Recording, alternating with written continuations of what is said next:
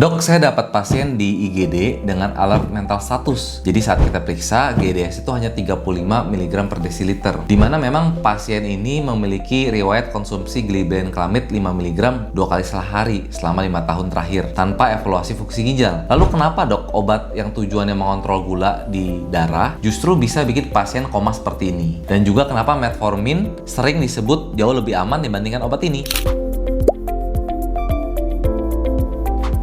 Oke brosis, balik lagi di channel Medtools ID, di mana kasus ini memang sangat krusial bagi kita mahasiswa kedokteran, di mana fenomena ini disebut drugs-induced hypoglycemia. Memahami perbedaan antara insulin sensitizer dan insulin secretagogus bukan cuma buat lulus ujian farmakologi aja, tapi memang kasus ini akan banyak didapatkan di IGD dan tentu kita bisa menyelamatkan nyawa pasien kita di masa depan.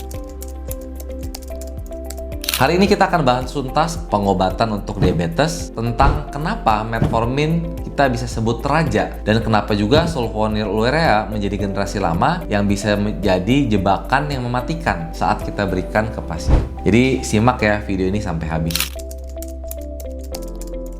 Sebelum masuk ke obat, kita harus paham dulu musuhnya, yaitu adalah diabetes mellitus tipe 2. Ini adalah penyakit yang progresif. Ingat konsep ominous octet, masalah utamanya ada dua. Pertama adalah resistensi insulin. Kunci dan gemboknya ada, tapi lubang kuncinya karatan. Ini terjadi di otot, hati, dan jaringan lumak. Dan yang kedua itu adalah disfungsi sel beta. Pabrik insulinnya dipaksa kerja lembur bertahun-tahun, sampai akhirnya lelah dan gagal melakukan sekresi yang adekuat.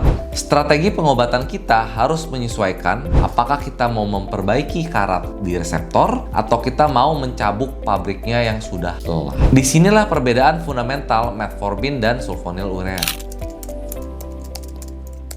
Nah, untuk metformin itu adalah golongan biguanid. Ini adalah obat lini pertama yang memang sampai saat ini tidak tergantikan. Mekanisme molekulernya adalah aktivasi AMP Activated Protein Kinase atau AMPK, di mana efeknya luar biasa. Untuk di liver itu akan menekan gluconeogenesis atau produksi gula baru. Inilah disebabnya metformin sangat efektif untuk menurunkan gula darah puasa. Untuk di otot itu akan meningkatkan translokasi GLUT4 ke membran sel, sehingga gula darah bisa masuk ke otot dengan lebih mudah. Dan kelebihan klinisnya, metformin itu bersifat weight neutral, tidak bikin gemuk, dan risiko hipoglikemiknya sangat rendah karena obat ini tidak merangsang sekresi insulin secara langsung. Tetapi hati-hati pada pasien dengan GFR di bawah 30 ml per menit karena resiko asidosis laktat, dan pantau kadar vitamin B12-nya pada penggunaan jangka panjang.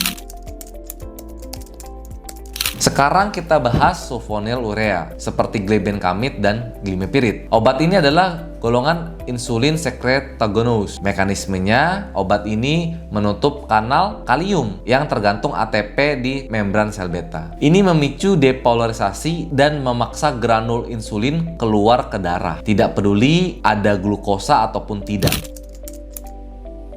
Karena glibenclamid punya afinitas tinggi, masa kerjanya panjang, bisa hingga 24 jam, dan memiliki metabolit aktif yang disekresi lewat ginjal. Pada lansia dengan penurunan fungsi ginjal, obat ini akan menumpuk. Hasilnya, insulin terus diperas keluar, gula darah terjun bebas, dan tadi terjadilah hipoglikemia persisten. Ini kenapa di panduan modern, kita lebih menyarankan generasi yang lebih aman seperti glitiazide atau glimepiride yang resiko hipoglikemiknya lebih rendah.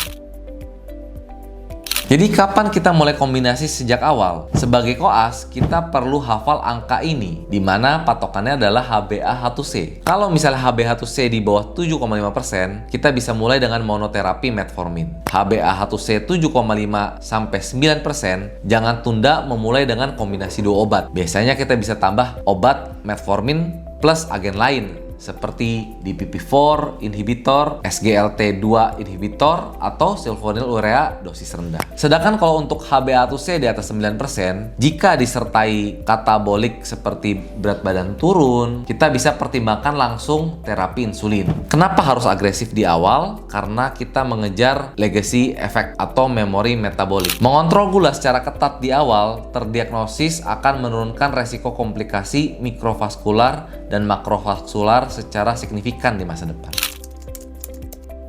Kesimpulannya, untuk bekal kita di Bangsal, metformin ini adalah lini pertama, di mana obat ini memperbaiki resistensi insulin tanpa bikin pasien pingsan karena hipoglikemik. Tapi waspadai saat kita belikan glibenclamide, hindari pada pasien geriatri dan pasien dengan gangguan ginjal ringan. Kita bisa edukasi pasien dengan kita ajarkan tanda-tanda hipoglikemik, seperti lapar banget, gemeteran, atau keringat dingin. Jika sedang kita resepkan golongan sulfonylurea pada pasien. Nah, diabetes itu merupakan penyakit kronis yang butuh strategi cerdas, bukan sekedar menurunkan angka yang ada di kertas lab aja ya. Oke brosis, jika video ini bermanfaat terkait diabetes mellitus, obat-obatan seperti metformin, dan jangan lupa like, komen, dan subscribe video ini jika channel Metal Healthy bermanfaat untuk brosis.